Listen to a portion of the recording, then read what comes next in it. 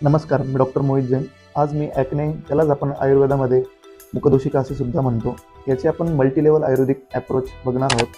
ॲक्नेला आपण आयुर्वेदिक दृष्टीने पाहिले तर is not just a skin issue. It is a reflection of inner doshas, imbalances, poor digestion, stress and hormonal disturbances. In modern science, skin creams only wipes the mirror, while Ayurveda chooses the clean the room.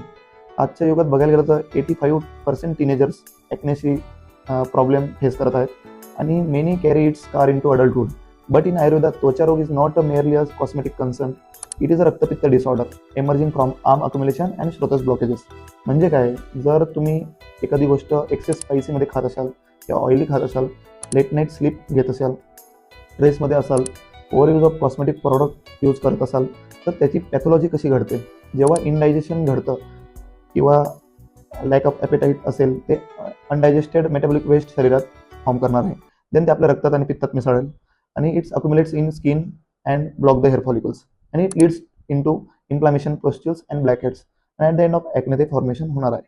Simple as that. शेवटी question येतो की आपण हे completely कसं काय treat करू शकतो. ते एका श्लोकात सर्व ट्रीटमेंट आलेले आहे, तर मी ते तुम्हाला सांगतो. न शुद्ध रक्त, न त्वचा शोभा, न अग्निप्रदीप्त, न यौनम समृद्धम.